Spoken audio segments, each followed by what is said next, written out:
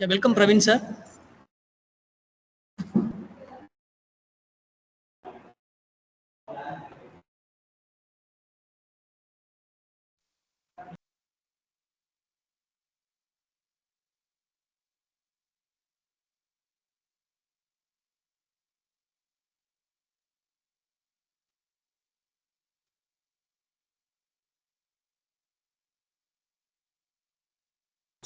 Welcome sir.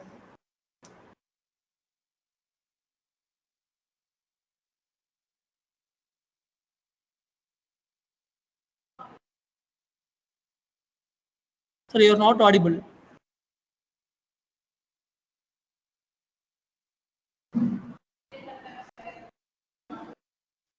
How about now? Am I audible now? Yes, sir, audible. Yeah, thank you.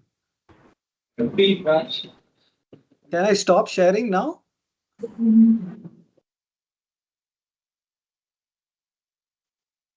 Yes, sir, it's visible. It's visible. It's okay. Okay. All right. So welcome sir. Praveen sir. Thank you. Thank you. And thank you for joining us sir. So I request Mrs. Asha to introduce the guests to the participants. So good morning once again. We are excited to welcome Mr. Praveen Uchal, Strategy Consultant at Procam International and an Expert Associate with IASC to today's session. With 17 years of experience, he has contributed to groundbreaking projects, including Boeing strategic sustainability initiatives and Indo-US collaborations on innovations and design. Mr. Praveen completed his BE at NITK Surathkal, worked as a design engineer at Wipro, and pursued a master degrees in product design at IISc. His expertise in sustainability, design thinking, and generative AI continues to inspire innovative, greener solutions. We look forward to gaining valuable insights from your experience. Welcome, sir, and handing over the session to you. Thank you for beautiful introduction, and I'm humbled. And thank you all the respected faculties for being here for this session. So I wish to, in this talk, I would like to highlight how my understanding of sustainability changed since I started this journey over like 15 years now, and how we can use technology to help the planet Earth to sustain, more importantly, human beings to flourish in this challenging era. So we start with the conventional approach, starting with the understanding what sustainability is, followed by looking at what are the various definitions available for sustainability and which one is more practical. Then we look into why the problem of sustainability is so challenging, why we cannot solve it alone or as an individual level or at a societal level. Then we look into basically what are the main technical challenges as well as behavioral aspects involved in addressing this. Finally, we conclude with some of the case studies and providing a roadmap for how we as faculties, researchers can address and contribute to this issue. My journey has been very rewarding, fascinating, and has been very humbling. I have been always had a connect with nature, and that is something which helped me to pursue this research on sustainability, which initially I did not know what I was pursuing for, because it is something which typically looks like an environmental science, but what is fascinating for me is a scope for every discipline to contribute to this research problem. So there are various definitions of sustainability, and this is one of very popular, most accepted framework of sustainability, which is about the dynamic equilibrium between social progress and while protecting environmental uh, resources, meantime contributing to economic development, right? So this is among the various definitions. This has been uh, most popular and widely accepted at all levels, at individuals, social, as well as organizational, as well as national level. There are, when we started this journey, there are hundreds of definitions. And what is important to note is that the definitions uh, differ based on the organizations and from the uh, perspectives where they come from. Only CEO निकाल लो, CEO Is तो there एक any he- question at this point? CEO एक जना ही निकाल ले. Okay. Among all the definitions, the most simplest definition which appeals at every level is giving more than take. This is taking. This is something which might not sound technical or quantitative. However, the whole pursuit of sustainability, of defining three pillars of the compartments like social, economic, and ecological, well, can be simply reduced into these pillars. Of in each pillar, can we have a more uh, giving for environment than taking, giving more to society than taking, giving more to economy than taking. However, when we pursue this definition, we will find that there is a lot of trade-offs. For example, let us consider this very simple question of plastic pollution, which we are all aware of.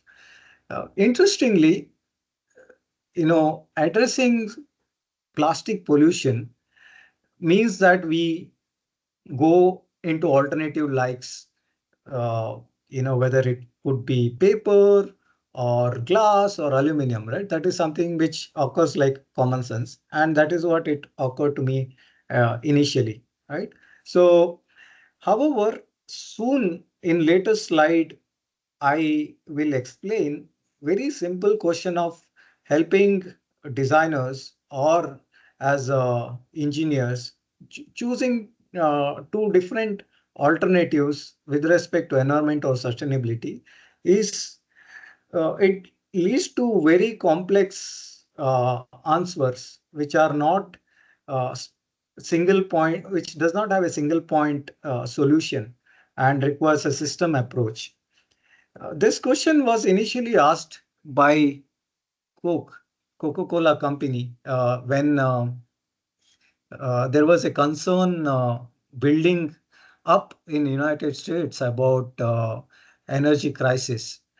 Coca-Cola proactively did so-called world's first sustainability assessment.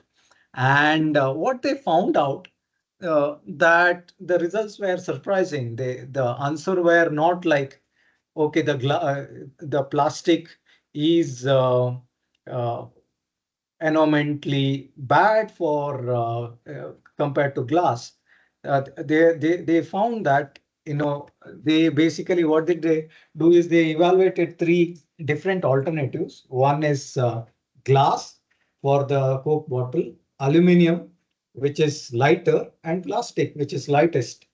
So when they did something called as energy profile analysis, which was later developed further by US government, that this analysis led them to become aware of the complexities of the analysis and where we need more support of data-driven approach than going by common sense, right?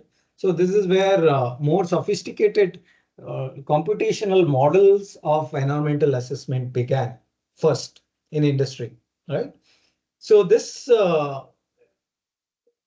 analysis led to understand that we need to not only consider the product as such, but we need to look into the manufacturing aspect as well as the extraction aspect together, right? For example, when we are using the Coke bottle, the plastic is easy to transport. Therefore, the transportation cost of the plastic has a huge environmental advantage compared to carrying the glass bottles. Moreover, the glass bottles may break during transport. So overall, plastic may be in fact a good alternative if one can use plastic in a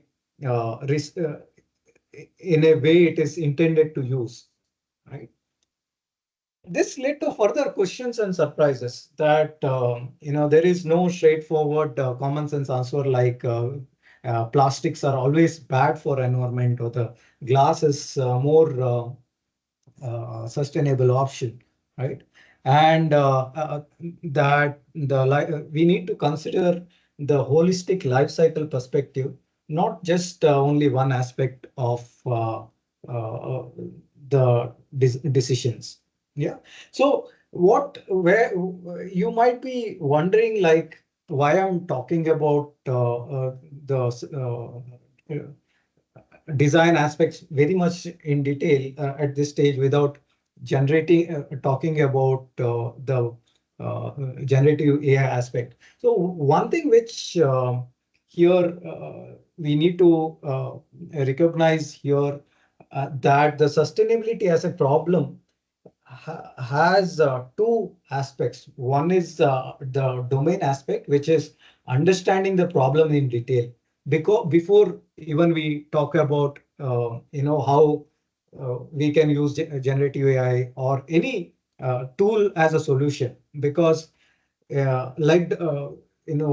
of the inspiration for me on this is Herbert Simon, who won the Nobel Prize in his theory on design, that when we define the problem very clearly, we solve 80% of the problem. Most of the challenge for us in the age of AI is understanding the problem in detail. And this is popularly called as design thinking. And that is something which we apply even in presenting the case, that we understand the nitty-gritty of problem very detailed so that we are able to see to what extent we can fit our solution to the problem. And secondly, does the solution address the problem or does it create more problem? For example, like here in this case, instead of choosing plastic, if we go for the glass, it might create more problem by creating more emissions due to transport, or creating more energy from the extraction of materials used in the glass, because glass manufacturing is much more energy intensive. Yeah. So my point here is basically at early 1960s or 70s, we did not have computationally sophisticated models that helped decision maker. It could be a consumer or somebody in supply chain or somebody in the education who is interested in teaching how we can develop future engineers in helping them to develop more sustainable designs, right? There were no sophisticated tools available in early 1980s or 90s.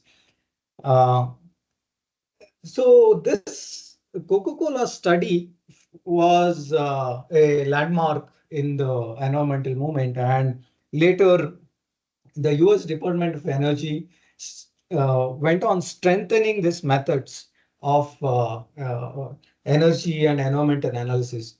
And that was also absorbed by Europe. So they were pioneered earlier in the computational modeling of the behavior and interaction of the materials and products with the environment, larger systems. Yeah.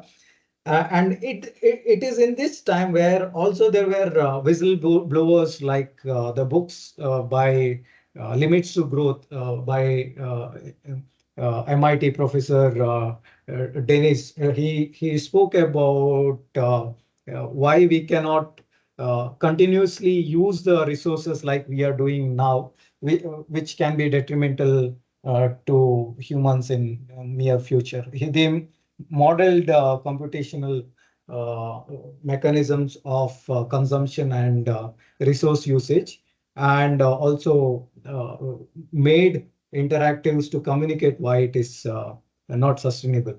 So, uh, meantime, there were other studies like, for example, these are not studies done in academic settings, but commissioned by industries for the pioneers in pioneering environmental agencies who use all the best of knowledge available to basically answer the question of which is more sustainable material or product at that point of time.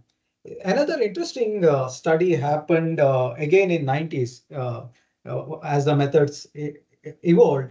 This is the time where disposable diapers were the in vogue. Basically, it was creating a lot of problems in consumption and disposal. So P&G, which was had a patent for creating this disposable diapers, they took help of American Paper Association, and they did a very systematic scientific study. And they said, in fact, disposable diapers are not as bad as you think, because the you don't have to wash the diapers every time, so you're saving water.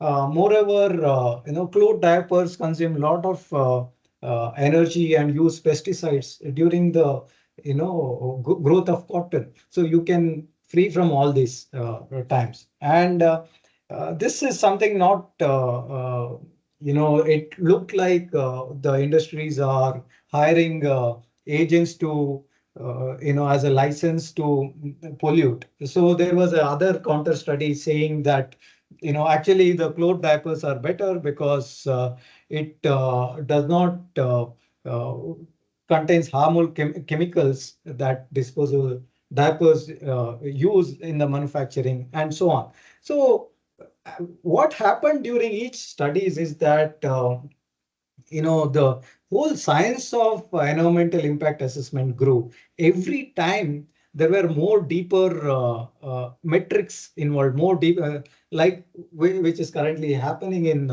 AI models, that as the models grow, more and more parameters are getting integrated. Similarly, even in environmental science, this time, more and more parameters they brought into account. Therefore, it grew with the complexity as well as in terms of nuances of the answer it produced. The whole model finally uh, consolidated as something as a scientific framework, which is called life cycle assessment. Basically, we are looking at a product from the extraction to manufacture to use, disposal, reuse.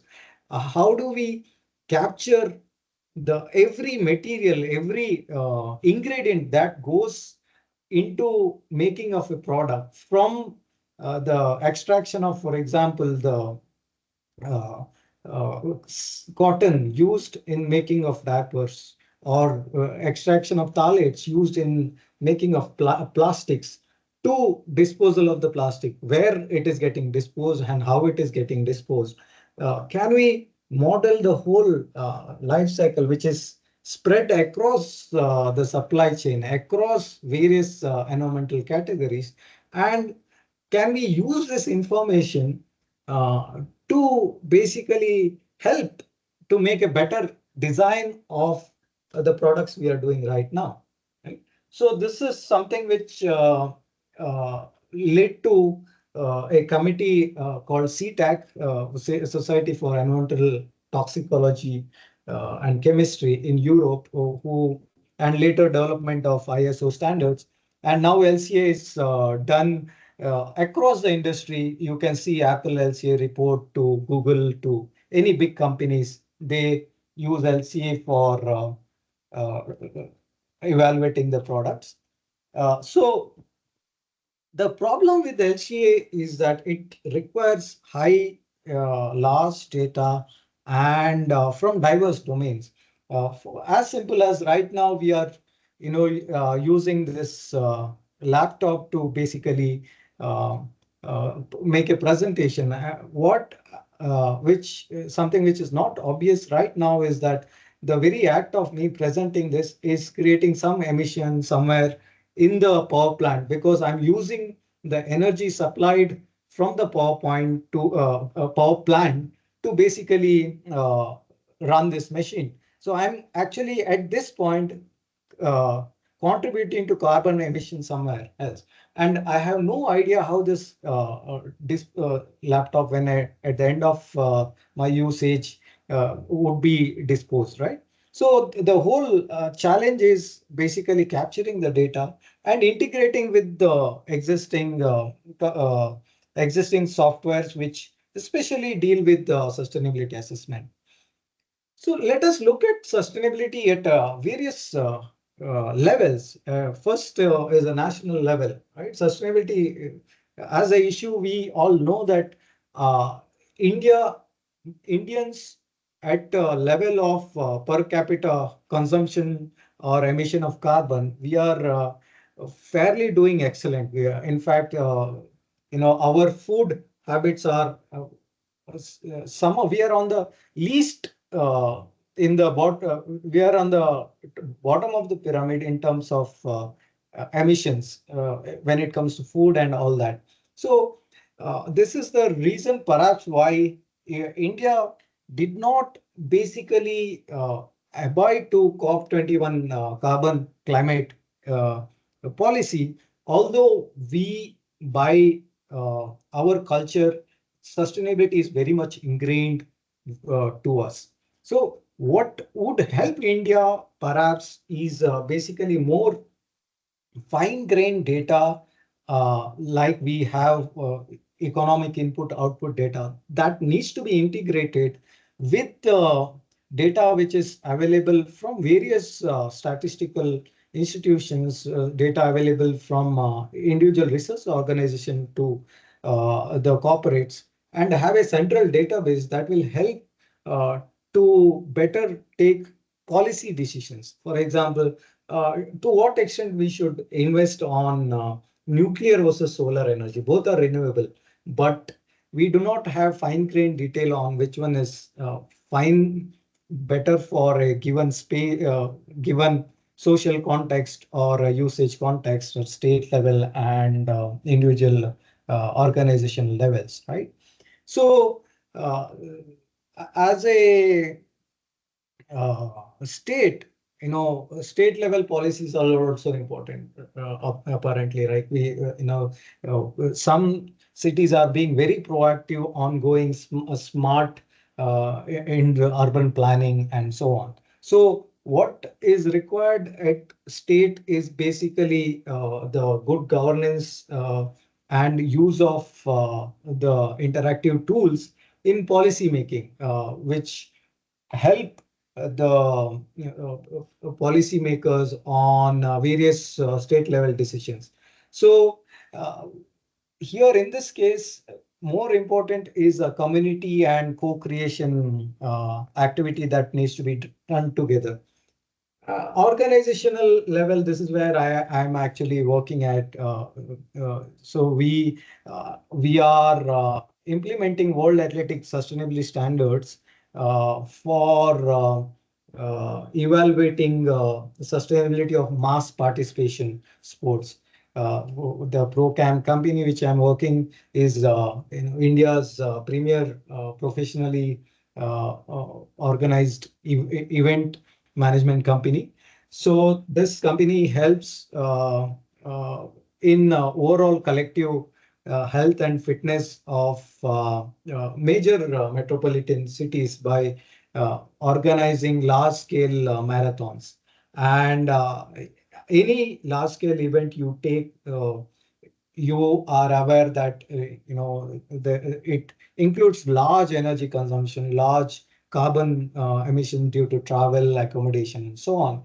So how we are setting, gold standards in how basically we can, by leading as an example, how we can report and execute sustainability in the large scale events. On the contrary, we have unfortunately organizations like FIFA, which has recently published a report of FIFA 2023 World Cup, which claims that the whole event is carbon neutral. Yeah. So this is quite unfortunate because the whole event needed 7 stadiums to be built in a desert exclusively for the event and had millions of people traveling to the country. So overall, the carbon emission of the event was more than some of the countries annually hold together. So in this context, it is important. Then it brings the requirement of transparency, having a rigorous modeling standard to make sure that whatever we are claiming is authentic, not from a vested commercial interest or uh, making illusion of green for the customers, right? At the individual level, basically there are two approaches to look at sustainability. One is that the technology is going to solve all the issues. We don't have to worry about the consumption because we will eventually have a better technology that will solve all the humanitarian problems. This is a typical approach, I would say, as a technocratic approach, where people outsource their sustainability responsibility to a tool and continue their same patterns. In fact, I would Bill Gates, who is my true inspiration. He has written a book on climate change, and in his book, he in detail discusses various approaches how technology can address humanitarian crisis. And I suggest you to who are interested in sustainability research pursue this. The only issue, finally, if you get convinced that technology is going to solve this issue, I welcome you to basically share your opinion on how basically the issue with technology that the technology solves one issue and creates one new more issue. This is something a deeper learning that has happened for me over 10 years in a science-driven institute, premier science-driven institute. So we need to augment technological approach with the behavioral transformation approach. This is something most of Indian spiritual organizations are doing very well, including Gurudev or Sadhguru or all these approaches, who are mainly driven on social cause, whether it's a rejuvenating a river or addressing the crisis of floods or addressing the crisis related to wars. Yeah, so we need both approaches, and it is not only one which is going to address. When it comes to sustainability, like the main focus of how we are introducing AI here is something which is central to this talk, and how I'm going to introduce AI is basically using AI as a main tool to develop other tools, which in turn help people to solve sustainability. So in this case, the tool I'm talking about is developing design tools which are relevant to all stakeholders, whether it is we are computer science professionals or supply chain experts or chemistry or scientists. So the design cuts across all the disciplines, as you all know, and that is why it has a significant role, right? And where is generative AI coming in is how can we use generative AI to build better design tools that help in turn uh, people to make better decisions about sustainability, people to make them aware of their own consumption patterns and slowly nudge them towards a better sustainable lifestyle. The challenge for us, most of us right now, we are not aware of our own individual contribution, how much we are contributing to the pollution, how much we are contributing to the waste that is being ended up in the landfill, how much we are contributing to the resources that is being uh, depleted at some corner of the world, right? So that this, when we use technology to basically uh, design better tools, in this case, designing better design tools, then we are in a better position to address this challenge, right? So a design can help in material selection, like we said earlier, and improve whole at a system level to better irrigation system, resource use system, as well as it can help uh, the consumer to make aware of his consumption pattern. So, for example, like if this phone has a message embedded saying that uh, significant impact of this phone I am using is basically decided by me as a consumer. I am also a designer in this case because I make a choice on how I dispose this phone. So it I can dispose to a local landfill or give it back to reuse. I can close the loop. This is something which is popularly trending as a circular economy or cradle to crate philosophy. That how we can help the nature to uh, retrieve back the materials that we have taken from. Yeah. So this paradigm of design, which earlier solely focused on designing the product, now the design paradigm is shifting from designing a product to designing whole life cycle. How this paradigm includes, as a designer, can I basically think about how the materials are extracted, how the product is being manufactured, used, and disposed. This whole life cycle I need to consider.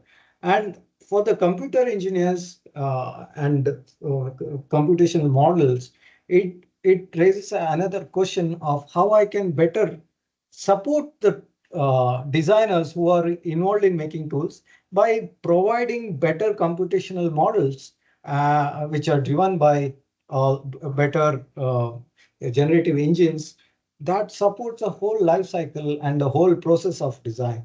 Uh, and not when I say design, I do not mean only a limited quote unquote designer here, but all the stakeholders in the life cycle chain, which includes basically from the people who are involved in supply chain to somebody who is involved in collecting the scrap, maybe extracting the value out of the waste. So could we basically, could our tools go to a next level in this way? So I will quickly go through different case studies on how we are using generative AI as a tool for sustainable design. One is basically case study of textiles. So this is a paper published in SIGGRAPH 2024. So let me just quickly cover this paper. So this paper develops a algorithm which helps people to, especially the people industries who are involved in sieving, uh, develop better designs by reducing the waste. So in this case, it is helping the generative AI engine is helping designers basically prototyping garments with the less waste.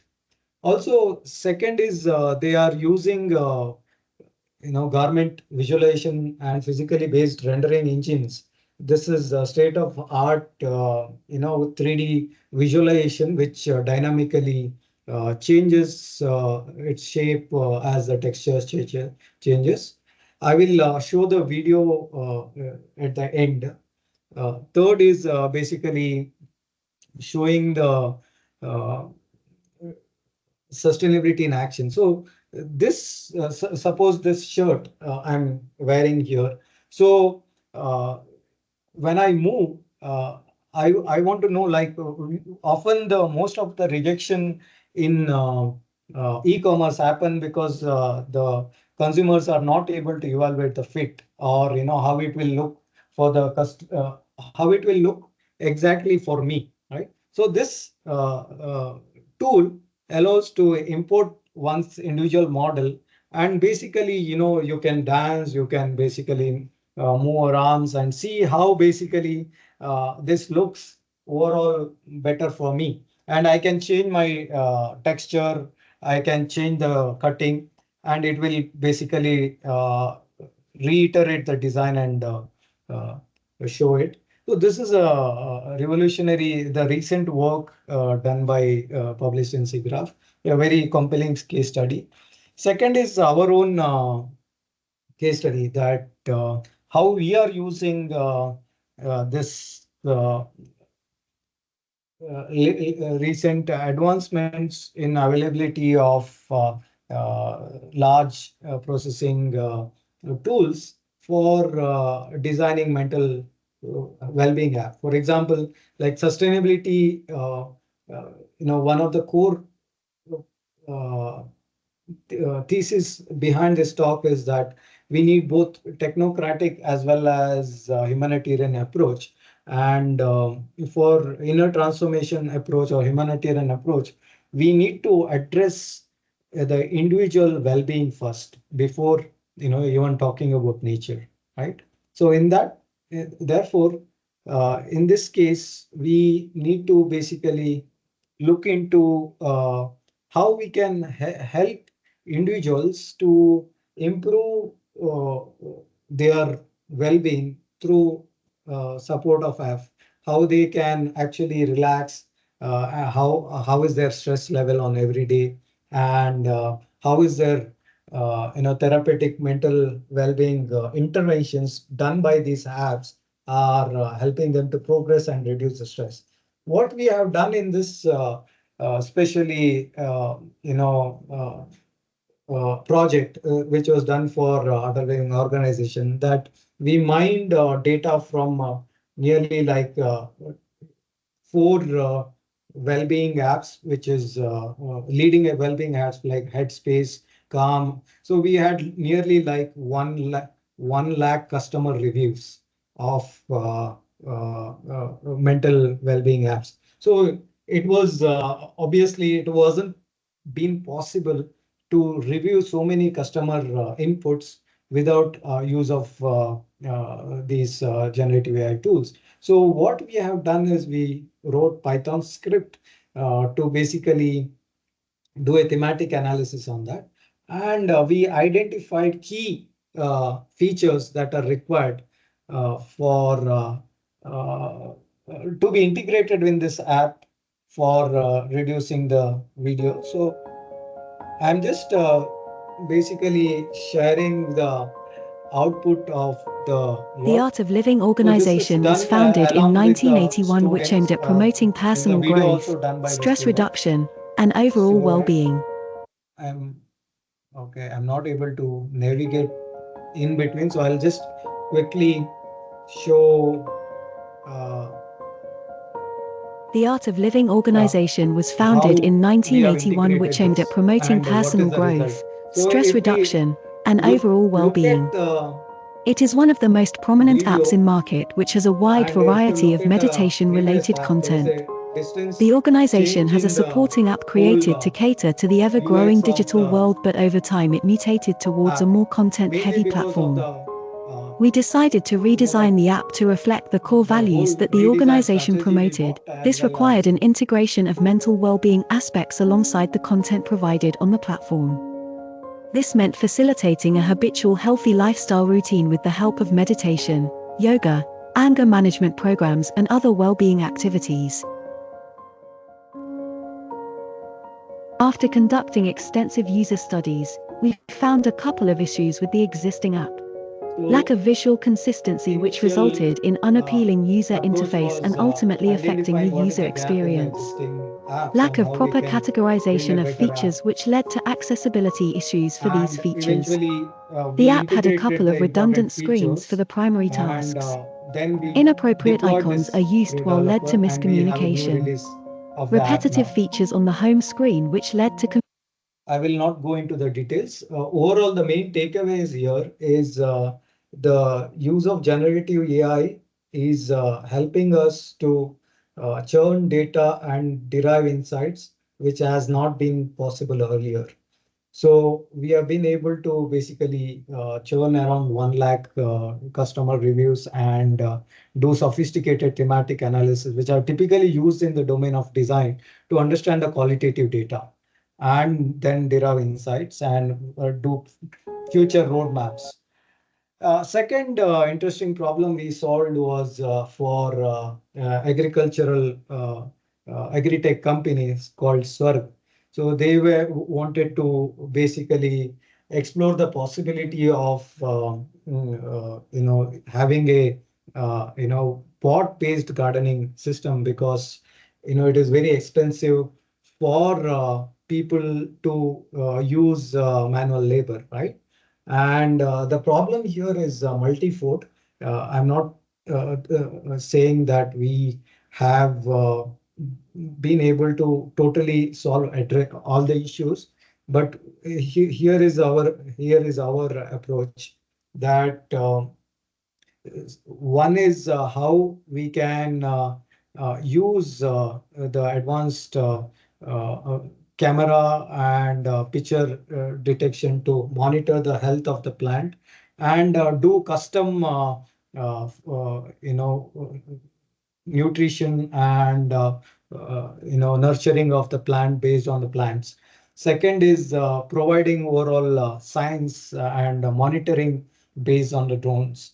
So this is our approach, and this is something which Sorg proposed to the investors on building green bots, which will help us to basically build our own robots, in the sense build our own garden in our backyard without having us to monitor it on everyday basis, because we all have our own commitments. But this is the era of homegrown food in the age of pesticides, right? So this has a tremendous health benefits. So I'm happy to share more information on this. Would not be possible to cover all the aspects in detail. Second case study I'm going is how generative AI is helping designer to develop in more visually appealing as well as custom design products. So this is a tool which is used by designer in the conceptual phase to generate ideas. So generative AI is helping us to basically explore so many concepts much faster and much more creative.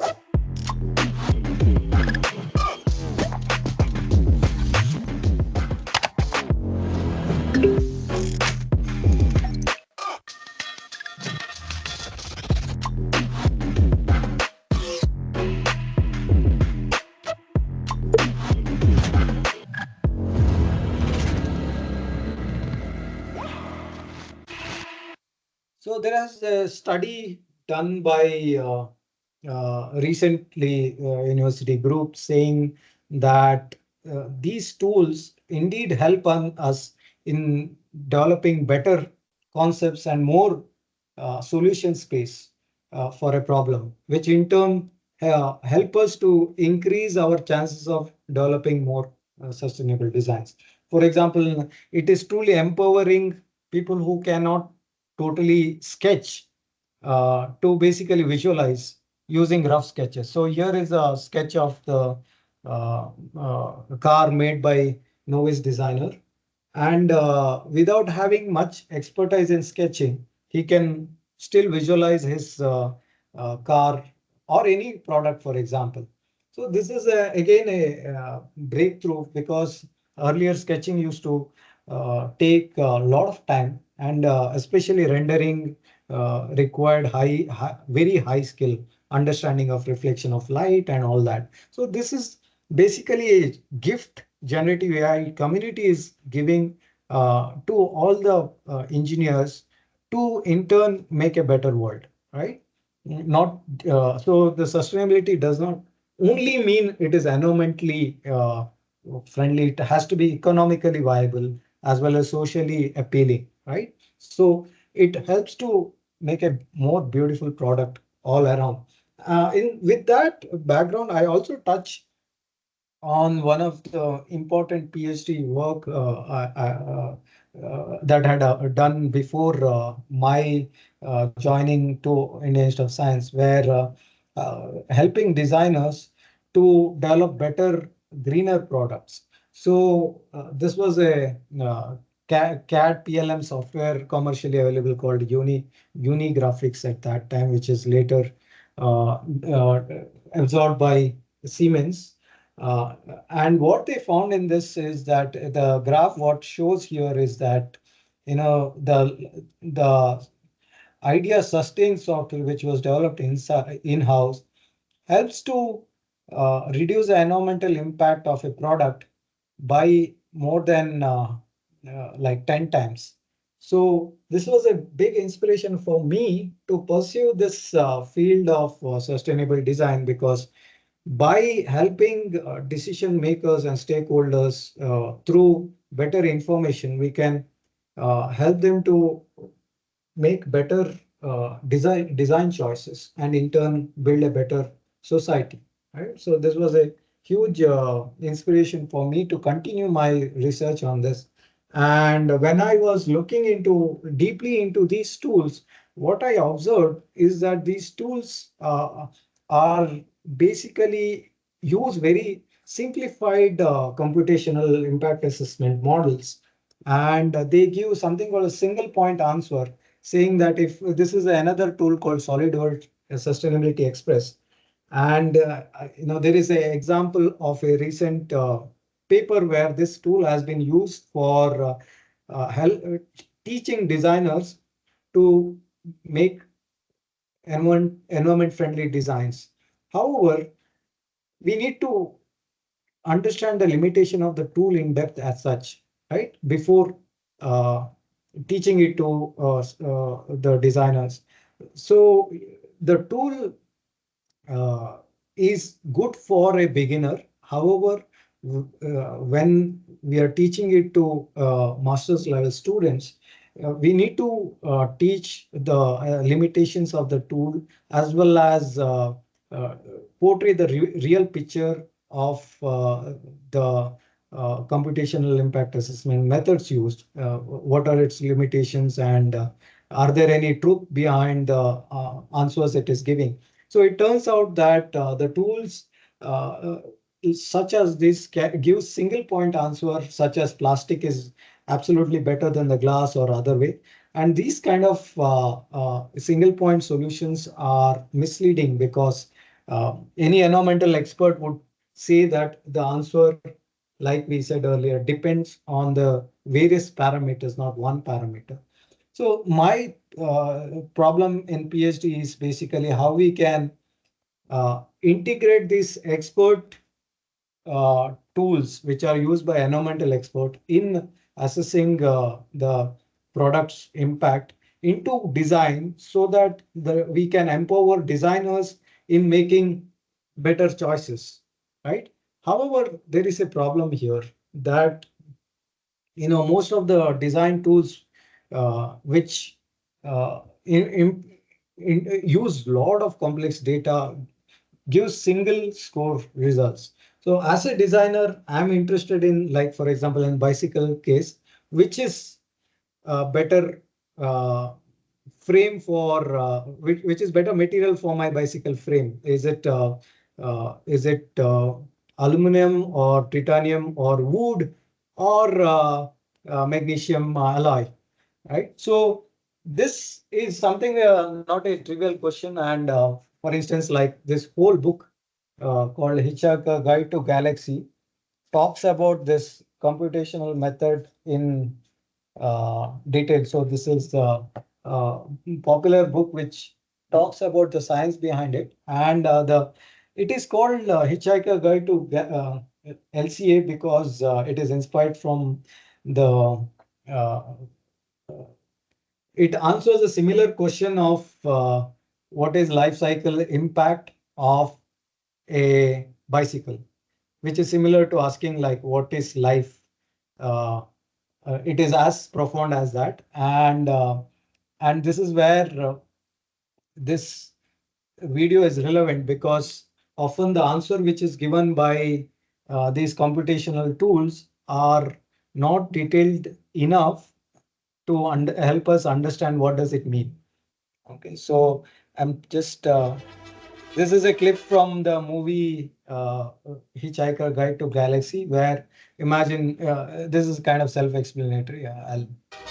Many millions of years ago, a race of hyper-intelligent, pan-dimensional beings got so fed up with the constant bickering about the meaning of life that they commissioned two of their brightest and best to design and build a stupendous supercomputer to calculate the answer to life, the universe, and everything. Oh, deep thought. We want you to tell us the answer. The answer to what? The answer to life, the universe, everything. We'd really like an answer. Something simple. I have to think about that. Return to this place in exactly 7.5 million years. Is it finished? No, there's more. There's more. They go back. What, 7.5 million years later? That's right. They do.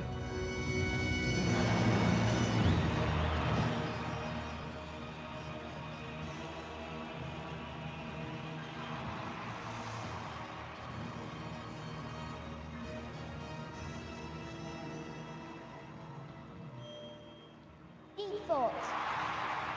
Do you have An answer for you? Yes, but you're not going to like it. It doesn't matter. We must know it. All right. The answer to the ultimate question of life, the universe, and everything is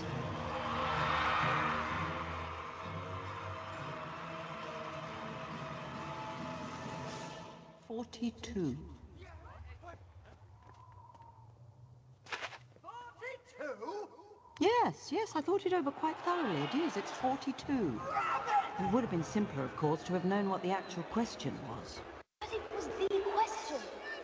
The ultimate question. Of everything. That's not a question. Only when you know the question will you know what the answer means. Give us the ultimate question then. I can't, but there is one who can. A computer that will calculate the ultimate question. A computer of such infinite complexity that life itself will form part of its operational matrix. And you yourselves shall take on new, more primitive forms and go down into the computer to navigate its 10-million-year program. I shall design. So why am I talking about that analogies? Because often the tools which are used by designers often give such simplistic answers. And often it is important to understand, like, do we understand what is the objective we are addressing here? Interestingly, this video also gives a very clue that you know the question cannot be the ultimate answer cannot be given by the machine, and it requires a bigger machine which is inbuilt, in turn built by the machine itself, which earlier was a science fiction, but now we all know that it's a reality because most of the complex machines are in fact built by these machine learning algorithms to build, right? So the clue here is that there is a more bigger intelligent machine where we are all part of it, and it is saying that the intelligent machine is Earth. Yeah, so Earth itself is intelligent and can decide. So how basically how we can we can integrate Gen AI in these tools so that we are in a better way position to help all product design sector or supply chain sector or any goods manufacturing or construction sector, because the tool is generic, can be customized by any of the stakeholders for their own needs, for their own data requirements. So as suggested earlier, the life cycle assessment tool as a computational framework which is built in Python called Brightway, and it is open source tool. It is available. And what is yet to be done in Brightway, it is developed by a Swiss engineer in ATH Zurich earlier, and now who runs his own company on this. It's called his Chris Newton, and the tool provides tremendous opportunity for integrating and refining the whole architecture so that it can be customized to different use cases. For example, like it can be customized to automotive domain using very specific data sets and user profiles of and requirements of automotive engineers, right?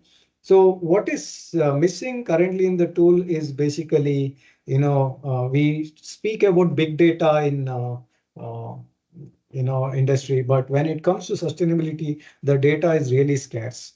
The data is the oil and very private, very tightly managed, not transparent, although transparency is being looked upon. However, it contains a lot of sensitivity data. While there is a proposal for using blockchain and all those technologies, companies are still very, very conservative about the data. And those companies who own this data about environmental data sets of products, they basically are game changers in this domain. What is interestingly happening in this is use of chemistry-based, toxicity-based AI models for better, highly granular prediction of input data and fixing the missing data. This is a very interesting research where all those who are interested in sustainability can look for to explore and prepare their students on this, because this is typically well sought out and there are good funding from Europe and other universities available for this. Second is basically aggregating data from multiple sources and building custom trained models with these data sets. So these data sets follow particular structure which is relevant to domain. Therefore, the training requires preparing the data set which is in a particular domain and using all other libraries like TensorFlow, Python, we can basically, fine tune these things for improving the methodological data. So basically there's input data, there's a methodological data. Having with these two, we can build a more comprehensive, more reliable models. However, in order to make sense of this complex data, we need visualization and computational visualization models, explanatory models to make sense of what is happening within this complex sphere of technosphere and ecosphere. Yeah, so as simple as, for example, when I'm using this phone, it is not very clear that how the emissions are happening at this moment right now, right? So the visualization can actually map the whole domain into various subcompartments and tell the users of within his requirement on what is how we can use this. Secondly, telling the story from the data. So the graphs might be useful for designers to make choices. However, building awareness at a larger scale at society requires us to basically, tell stories using data. And this is where another tremendous application lies in generative AI on how we can use the code libraries to basically creatively and interactively narrate the data stories. It is a whole domain of research called information visualization. So it's another fascinating area to explore. And now it is obviously getting extended into 3D. So 3D definitely provides more richer canvas for displaying the complexities, and in a more natural way one can explore. And generative AI can help in generating these assets of buildings, product life cycles, and all other things. So from a 2D canvas, what we are seeing soon is going to be a 3D canvas where the designers would be visualizing the whole product in a VR headset using NVIDIA Omniverse, which are going to be integrated with the sustainability as well as other design tools in the industry.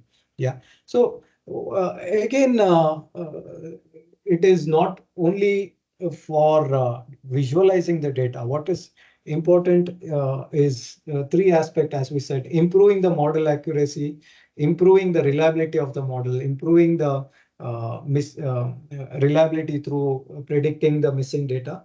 Third is basically helping user to understand these complex visualizations.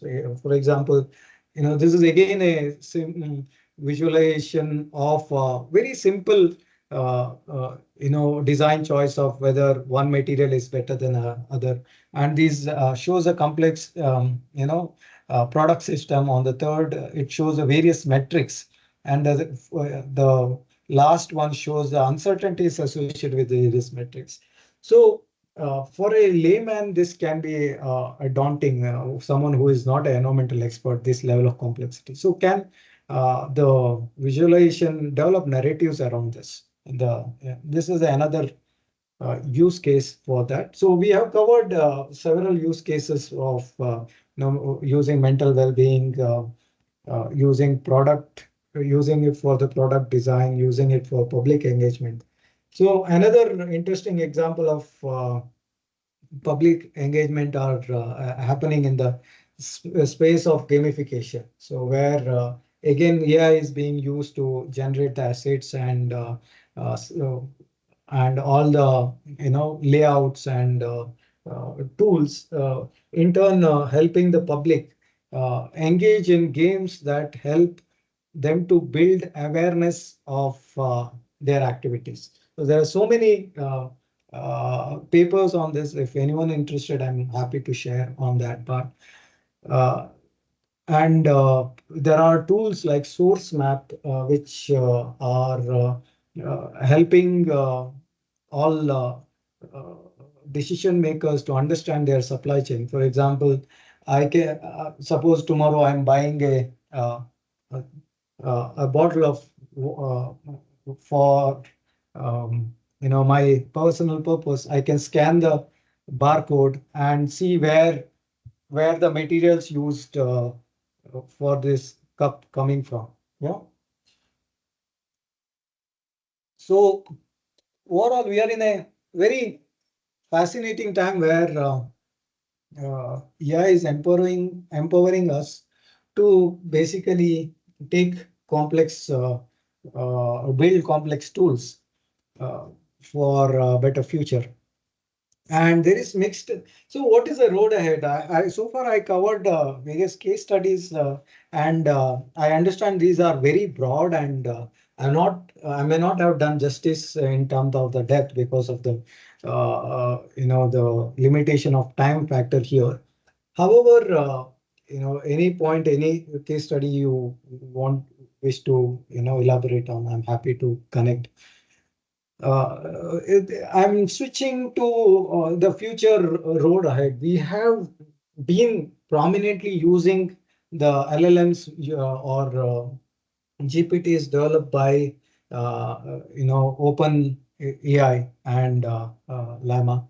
So why we need to have our own indigenous AI? So basically, this is something which I will again show a video at the end on that.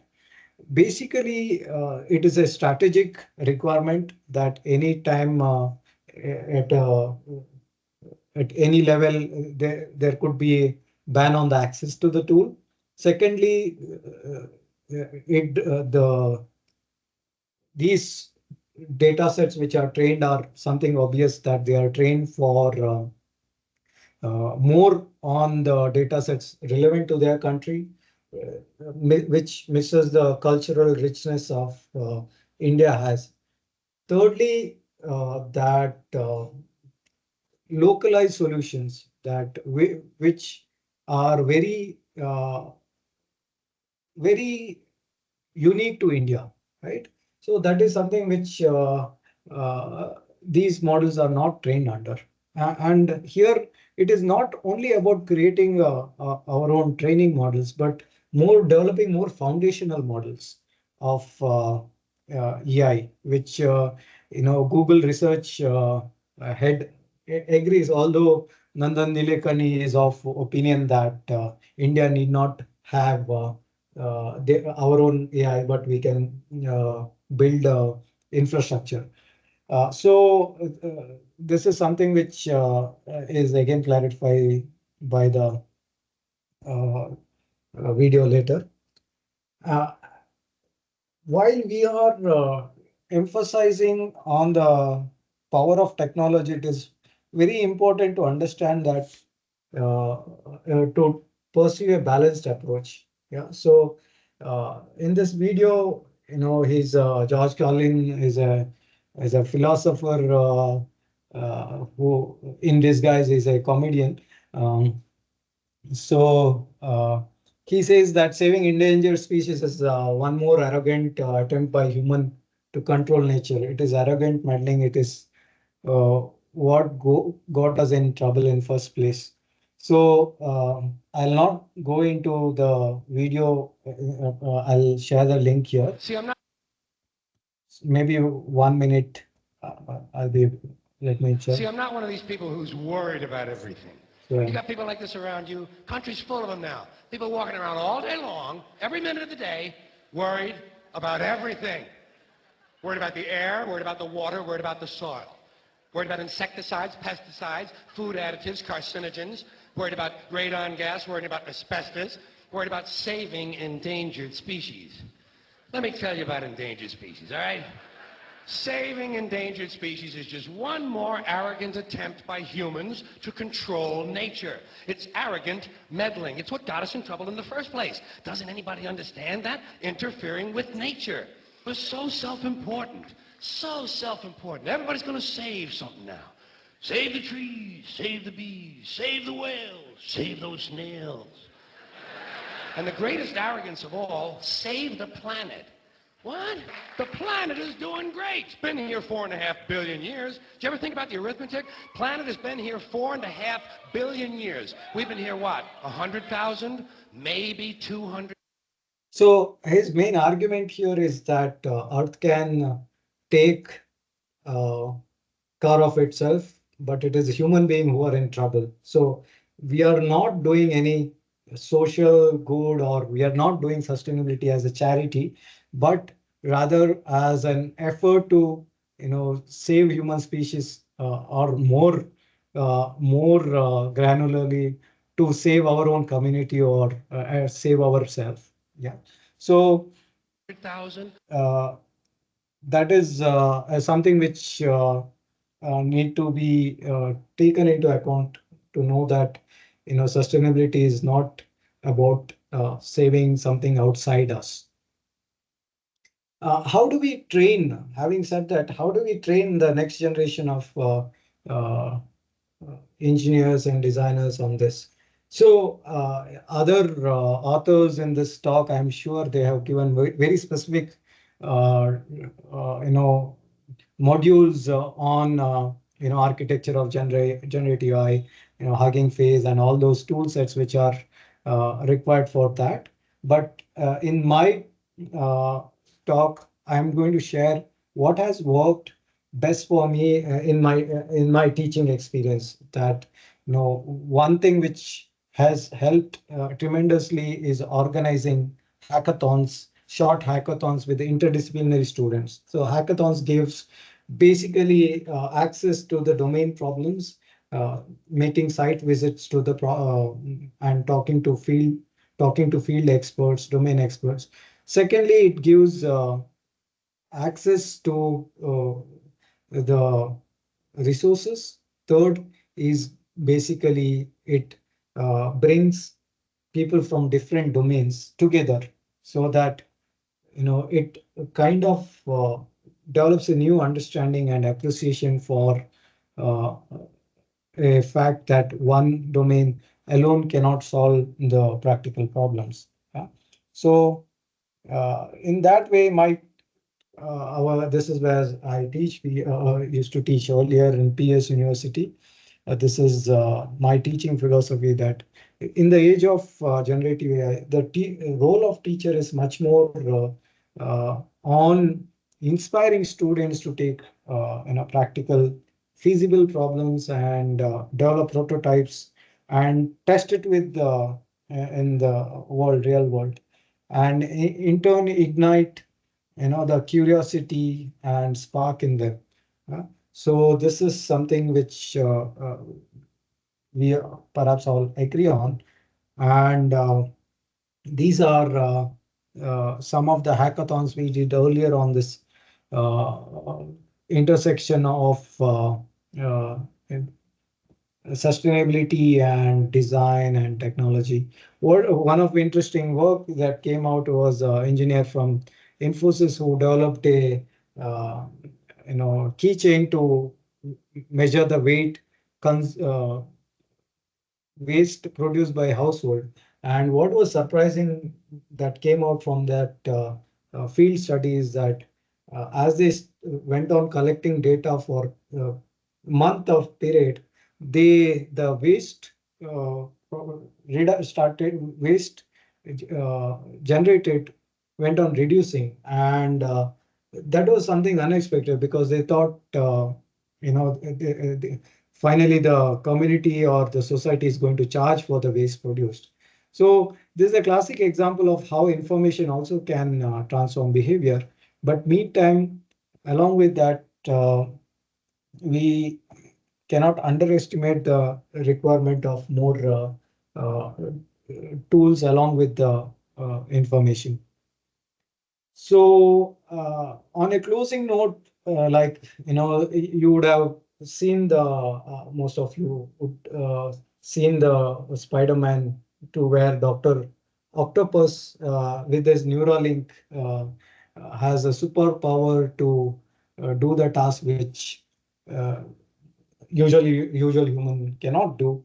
And generative AI is one such tool, which, when used ethically, collectively, wisely, can provide substantial power to enrich our lives and community. With that note, I will have two videos uh, to show, and if you do not have any questions at this point, I'll show you the videos.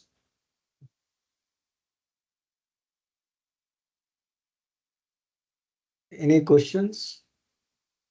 Okay, sorry, I just uh, could you unmute your ask question?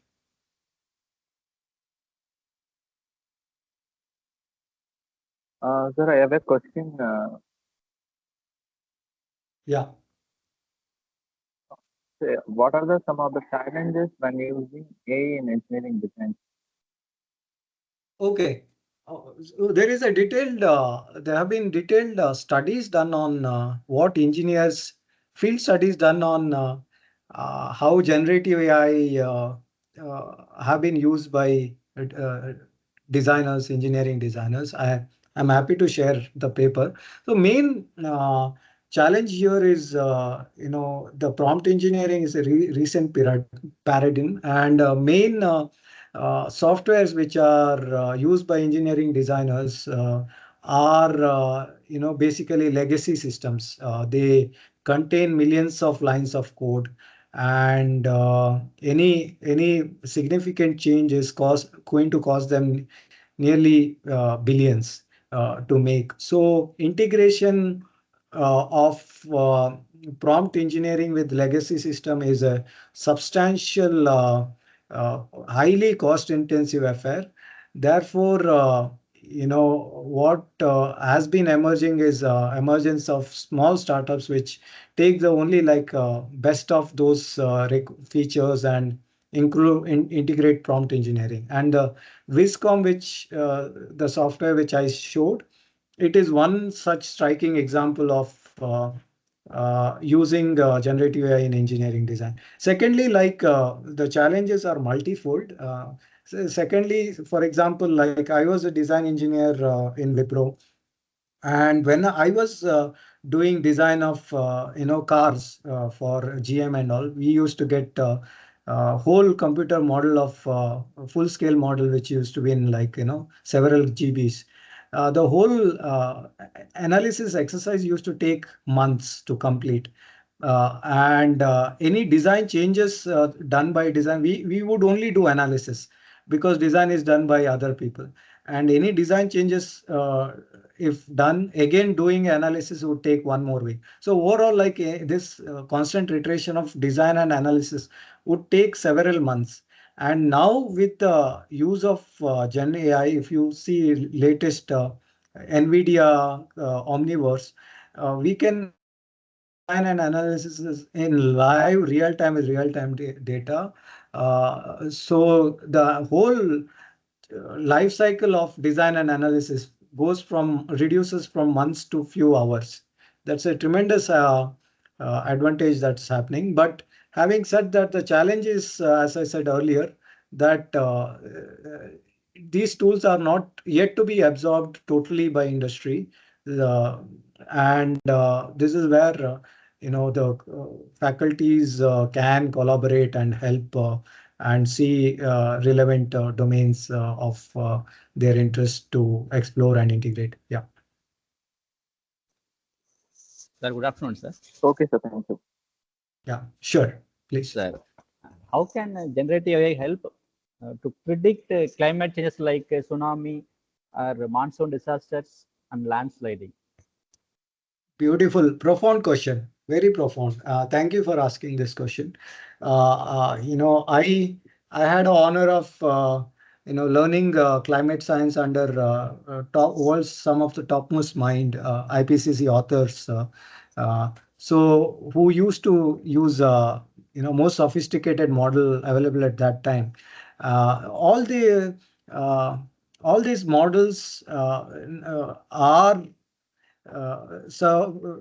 face problem of two things. One is the complexity. The environmental systems are far more complex than physical systems because of complex interaction and nonlinearity of interaction between the biological system, earth system, weather system, and our climate system. So overall, these are multi-physics based models, and the accuracy, reliability of the models are quite not up to the level at which we needed the accuracy. However, recently, if you see the Amazon work, Amazon AWS work on done on these prediction, they have improved the accuracy by using definitely better resolution models.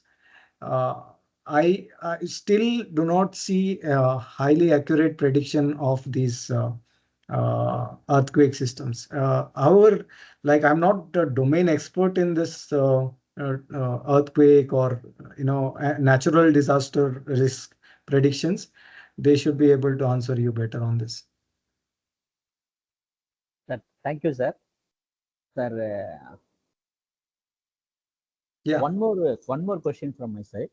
Yes. Then, yes, please. What is the role of again this generative AI in managing waste like chemical waste, e-waste, and medical waste? Multifold. So basically, we need better whole life cycle management of the waste. Firstly, in managing waste as multiple phases, one is segregation. First is collection, then segregation, then treatment. In each phase, AI is useful. Collection is better informing people or developing tools to inform people. Secondly, in segregation, driving the engines which are used in automatic segregation robots to identify which waste category belongs to what. Right now, I'm not sure we have best of those systems in place in India. Right, we have very sophisticated. Yes, I am agreeing. Yes. Yeah. And third is processing. Basically, what will happen if we dispose in a particular way? We do not know the consequence in depth because, we all know, for example, like the plastic we use has microplastics, and the Bisleri bottle has microplastics. Bisleri we drink, but we do not know that every time we use plastic or water, we are taking microplastic. So this whole life cycle is something which needs to be addressed. And fourthly, there is a notion that recycling is things are infinitely recyclable, but every time things gets recycled, there is a deterioration of quality and the entropy gets increased. So there is a limit for recyclability as well. So there is a tremendous opportunity, and your thoughts are appreciable on this. Yeah. Thank you, sir.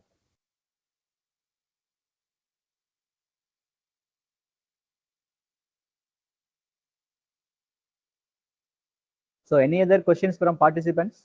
You can unmute yourself.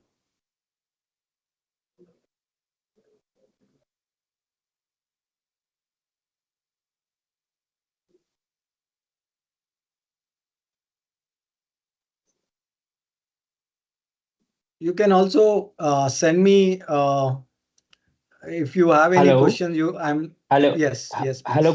Good afternoon, sir. Good afternoon. Sir, your presentation very nice, very impressive, and very informative. And I have seen your all videos. These are very inspirational and informative. I want to ask that can we use this in education also? Because if these all things will be used in education, it will be very easy to illustrate anything or to explain anything in front of students. Absolutely. Thank you so much, sir. This is how I started my research, that we need to educate future engineers on developing tools, and I'm very happy to take this forward because it requires help from you sir, to raise funds and translate these tools into actual software which students can use. Definitely, sir. Could you, how do I stay in touch with you? Could you Sir, share my number your is email? there in this list, and I'm dean in a college. So Sure, sir. I want that this kind of thing to implement in our college, because I think this will be very, student easily can understand anything with the help Absolutely. of this kind of tools and technology. Absolutely. Absolutely, sir. So could you, I am not able to see your, okay. Okay. I'm Dr. Brahmpal Singh, sir. Sure, sir. Thank you. Thank you. I'm taking note, and I'll send you a LinkedIn request.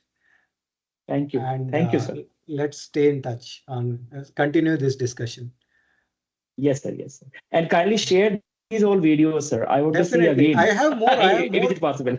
I have more interesting Okay. ones. If you can take 1 or 2 minutes, I can show some of videos on integration of generative AI on this. But once the questions are over, I'm happy to take. Thank you. Thank you, sir. Thanks a lot. Sir, for your my pleasure information, we are going to upload all these videos in YouTube as per AICTE norms, and we will share the link to participants. Okay, sir. Thank you. Thank you. Sure. Thank you. Sure. Thank you. Welcome.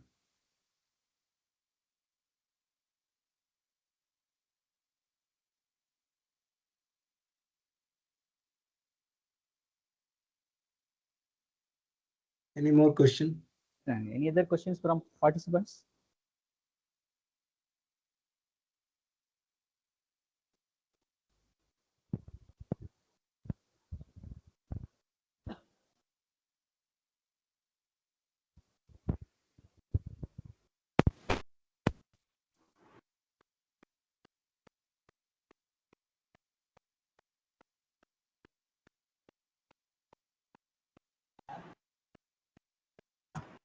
I will show one video as a closure. This is not my work, but this is very interesting work done by a community which is used in design.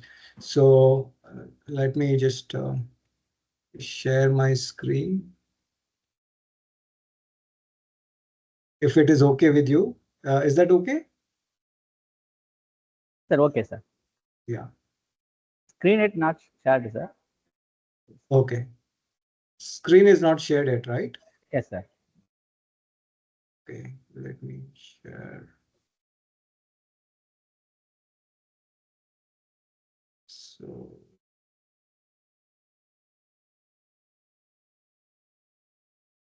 hold on, sorry.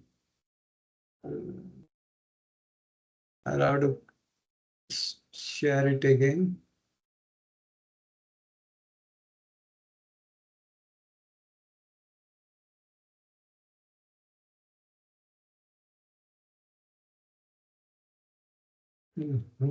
Okay.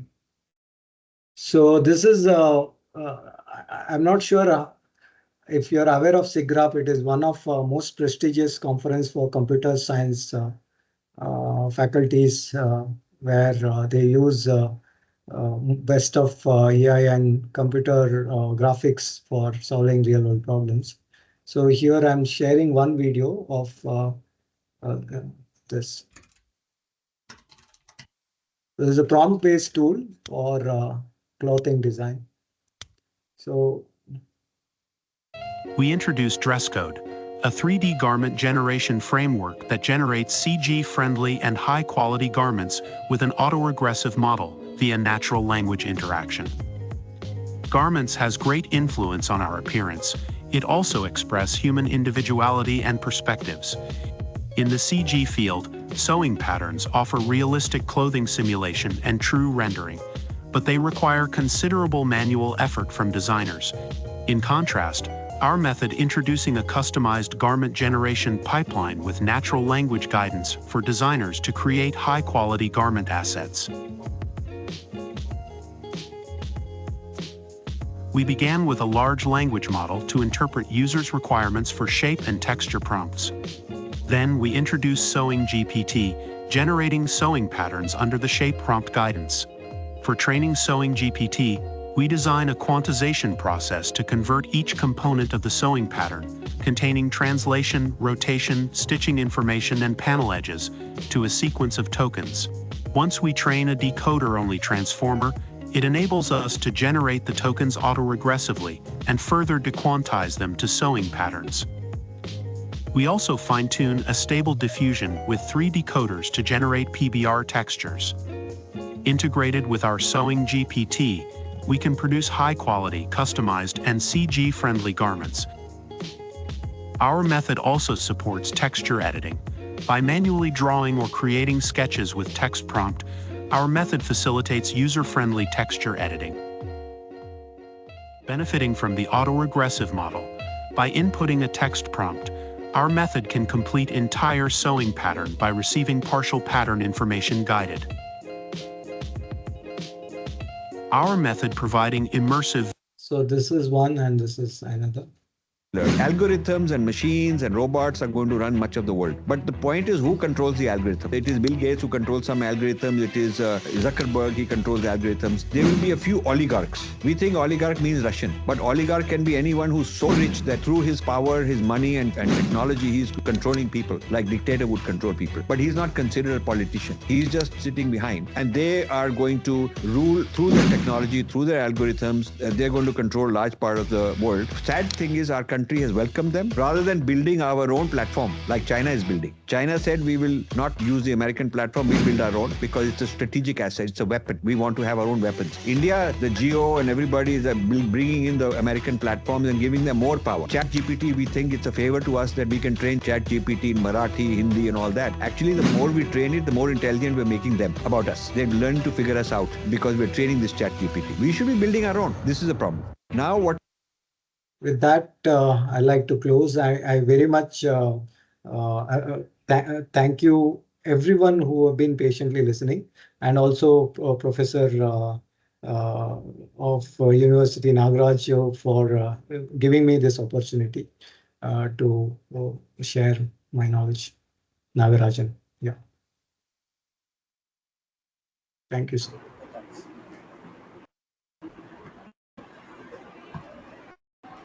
Hello, sir. Yes. Shall we conclude, sir? Yes, sir. Yes, please.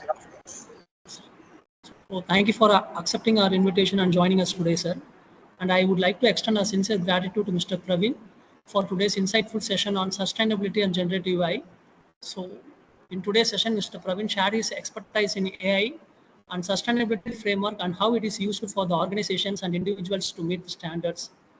So despite your busy schedule, thank you, Mr. Praveen, for joining us today and delivering a wonderful presentation on sustainability and generative AI. And we look forward to staying connected with you in the future. And thank you so much, Mr. Praveen, for your session today. Thank you, sir. All right. Have a great day, everyone. Bye. Thank you. Thank you, sir. Thank you. Thanks a lot. I request all the participants. It's my honor and privilege. Yes, sir. Sir. Thank you so much, sir. I request all the participants to switch on their cameras for a photo session.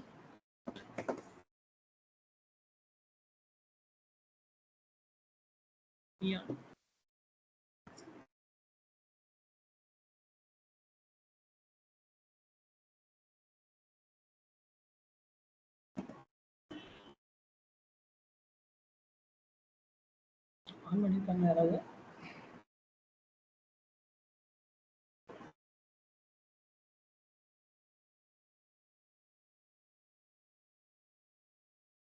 Thank you, participants. And all the participants are requested to join for the next session by 2:30 p.m. And thank you, Praveen, sir, once again. Thank you, Nagaraj. Thank you. Thank you. Thanks a lot. And Brahmapals ji, thank you. Yes, sir. Thanks a lot. Thanks a lot to show such kind of videos to us and to enhance our knowledge. Thank you very much. Definitely. Let us be in touch and connect and take this conversation forward. Sure. Thank you. Sure. Thank you. Thank you.